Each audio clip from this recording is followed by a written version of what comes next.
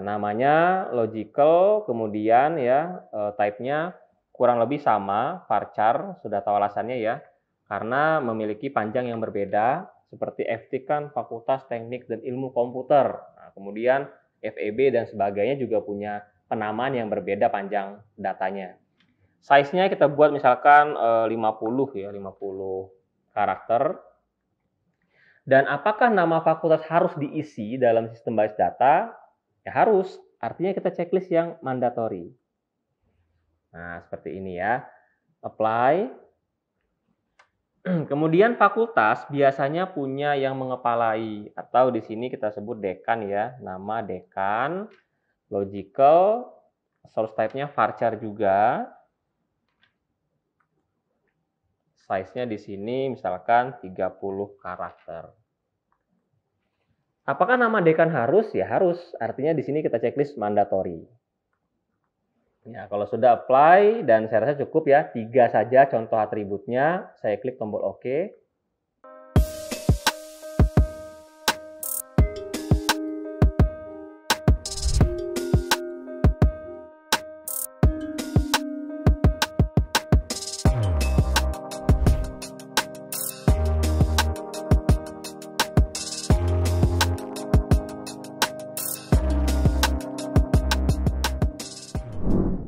Nah, seperti ini tampilan dari entity fakultas. Ada 3 atribut, kode, nama, dan nama dekan. Mudah ya dipahami ya. Jadi, memasukkan atribut beserta tipe data dan juga simbol yang menandakan apakah dia UID, mandatory, atau opsional. Baik, untuk prodi, mahasiswa, mata kuliah, dan dosen, saya cepat saja untuk membuatkan atributnya. Nanti kalau ada hal-hal yang belum saya jelaskan, saya akan jelaskan di beberapa atribut tersebut ya. Oke, kita mulai. Untuk prodi, saya berikan kode prodi, misalkan logical. Kode prodi juga ada TI, SI, SIA, ya. Berarti kan beda juga tuh panjang datanya. Varchar 3. Karena kode prodi UID, saya klik primary UID, tambah lagi nama prodi, logical juga, varchar juga, kita buat 50 karakter, harus diisi, apply, tambah lagi, prodi biasanya punya nama kaprodi atau kaprodi gitu ya. Kaprodi, logical, varchar, misalkan 30, harus diisi. Apply. Oke, ya seperti ini. Kemudian mahasiswa, tambah lagi, mahasiswa punya NPM.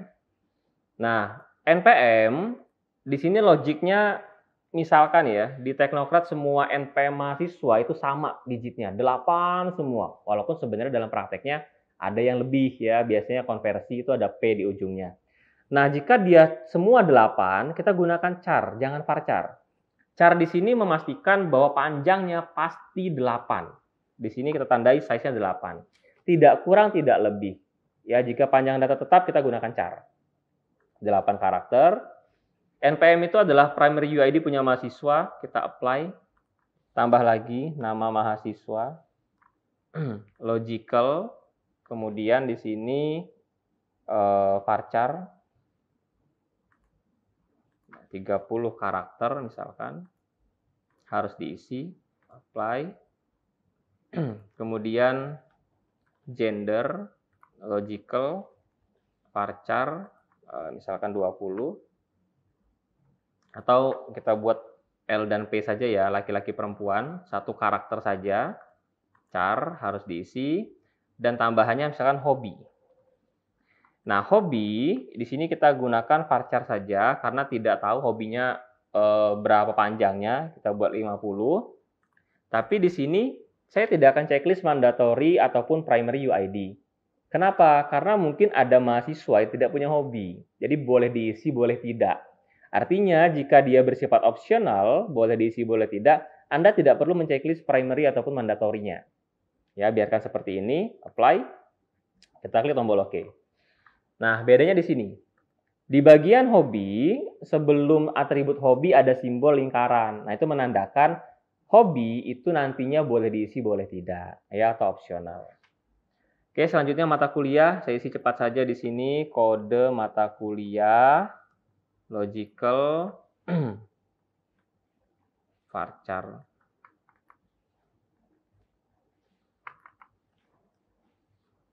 Misalkan 10. Char, primary UID, apply, tambah lagi nama mata kuliah, logical, varchar 50, karakter, mandatory harus diisi ya, apply, dan SKS. SKS-nya kita gunakan char saja, yaitu 1 karakter ya, harus diisi. Apply, oke. Terakhir dosen, ya, dosen atributnya ada nick, logical, saya anggap semua dosen memiliki nick yang sama panjangnya, 8, primary UID, apply, kemudian nama dosen, logical, varchar 30, karakter harus diisi, dan gender. Gender, varchar, gender L dan P saja ya. Char, 1, karakter, harus diisi, apply, oke. Baik, kita sudah menyelesaikan bagaimana entitas dan atributnya. Ya, selanjutnya kita akan membahas mengenai bagaimana relasi dan membaca relasinya. Oke, kita akan mulai dari fakultas ke prodi. Jadi, hubungan itu akan digambarkan dengan garis, dan kalau ingat lagi video sebelumnya, kita sudah membahas masalah 2 jenis garis, solid dan juga putus-putus. Solid mengartikan hubungan itu bersifat harus dilakukan ya. Kalau putus-putus berarti mungkin saja, bisa iya bisa tidak hubungannya. Nah, kemudian ada cardinality, one atau many. Nah, itu berbicara mengenai banyaknya hubungan. Jadi pada saat kita membuatkan relasi antar 2 entitas, kita harus mengerti dulu bagaimana banyaknya dan juga hubungan optionality-nya. Oke ya, kita mulai fakultas ke prodi. Jika kita ingat soal yang tadi, setiap fakultas itu pasti memiliki minimal 1 program studi. Dan setiap program studi pasti hanya berada di 1 fakultas. Artinya jika kita kasih garis, kita pilih saja yang one-to-one ya. Klik New One-to-One Relation, kemudian lihat di bagian lembar kerja. Di sini garisnya berubah menjadi simbol plus dan juga ada garis miring, artinya sudah siap untuk membuat relasi antar entitas. Anda klik 1 kali di entitas fakultas, kemudian jika kita lepas mouse ya, ini dia sudah mengikat di fakultas entitas ya. Kemudian di sini dia siap untuk mau kemana nih hubungannya, dari fakultas mau kemana. Kita tadi ke prodi. Anda klik 1 kali di bagian prodi. Ya, kemudian akan tampil jendela Relation Properties. Di bagian Relation Properties, Anda diminta untuk memberikan optionality beserta cardinality-nya. Pemahamannya adalah bagaimana Anda bisa memberikannya, yaitu dengan cara dapat membacanya. Saya akan coba jelaskan pertama, baca dari source ya, sumbernya fakultas, targetnya prodi. Source fakultas, kita baca seperti ini. Setiap fakultas, kemudian Anda pindah ke source optional. Kalau di checklist, artinya dia bersifat optional. Artinya garisnya nanti itu putus-putus. Kalau Anda unchecklist source optional, artinya nanti hubungan itu bersifat harus. Garisnya tebal. Kemudian nanti setelah source optional, Anda akan pindah ke source to target cardinality. Jadi urutan membacanya adalah source optional, terakhir source to target cardinality. Ya, cara baca seperti itu. Kita mulai. Setiap fakultas harus, ya, kalau harus berarti dihilangkan checklistnya, harus memiliki lebih dari 1 program studi. Nah, saya ganti ini. Tadi cuma garis one, saya ganti menjadi many. Dan kita balik sekarang. Setiap prodi, ya berarti di sini target jadinya ya. Kemudian baca target opsionalnya. Harus berarti dihilangkan checklistnya. Kemudian baca target to source cardinality. Harus berada di satu fakultas. Kalau kita ulang, setiap fakultas harus memiliki beberapa prodi dan setiap prodi harus berada di satu fakultas. Ya, jadi seperti itu cara bacanya. Kalau kita lihat hasilnya, ya akan seperti ini. Garisnya tebal ya ataupun solid. Dari fakultas ke prodi solid, dari prodi ke fakultas juga solid. Dengan cardinality one to many. Oke, kita coba ulang lagi untuk yang prodi dan mahasiswa.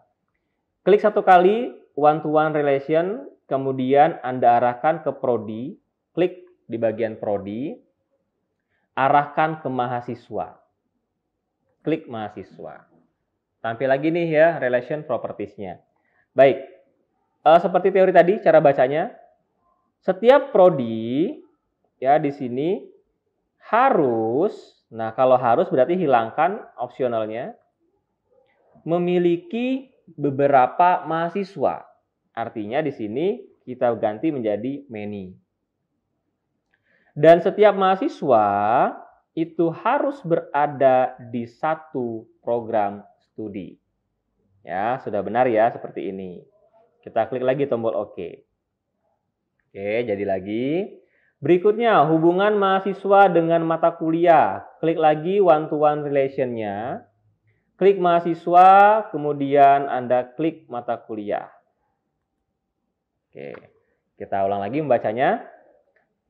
Setiap mahasiswa, nah ini, mungkin saja, artinya kalau mungkin saja biarkan di checklist source optional, mengambil satu atau banyak mata kuliah.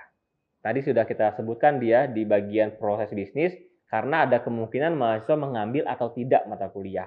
Jadi kita buat source optionalnya adalah mungkin saja. Dan setiap mata kuliah, ya itu juga mungkin saja akan diambil oleh satu atau banyak mahasiswa. Kenapa mungkin saja? Karena ada loh mata kuliah yang tidak diambil oleh mahasiswa. Jadi ada mata kuliah yang mungkin diambil, mungkin tidak. Biasanya mata kuliah pilihan. Makanya di sini kita buat mungkin saja.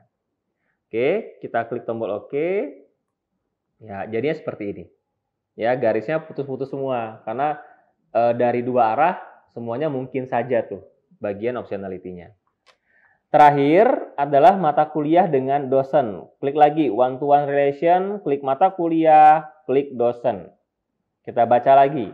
Setiap mata kuliah itu harus diampu oleh minimal satu atau lebih dosen.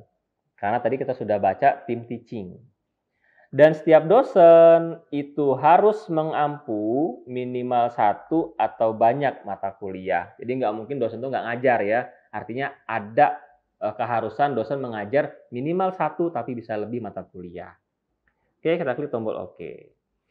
Ya, selesai ya. Jadi kurang lebih gambaran IRD-nya akan seperti ini. Kita lihat sekarang terakhir adalah bagaimana membacanya. Yaitu final dari video ini. Kita baca dari awal. Setiap fakultas harus, jadi garis tebal itu yang kita baca di bagian sini ya. Setiap fakultas harus memiliki satu atau banyak program studi.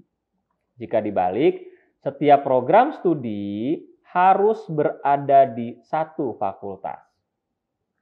Berikutnya, setiap prodi harus memiliki satu atau banyak mahasiswa dan setiap mahasiswa harus berada di satu program studi.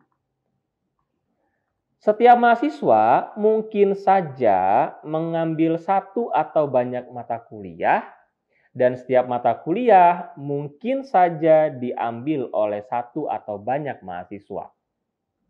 Terakhir, setiap mata kuliah harus diampu oleh minimal satu tapi bisa banyak dosen Dan setiap dosen harus mengampu minimal 1 atau lebih banyak mata kuliah. Jadi kalau kita baca IRD dengan baca proses bisnis kurang lebih akan sama artinya. Bagaimana ya? Jadi saya harapkan dengan video ini Anda sudah tidak kesulitan membaca proses bisnis, menganalisa proses bisnis, kemudian merubahnya menjadi diagram IRD menggunakan tools Oracle Data Modeler.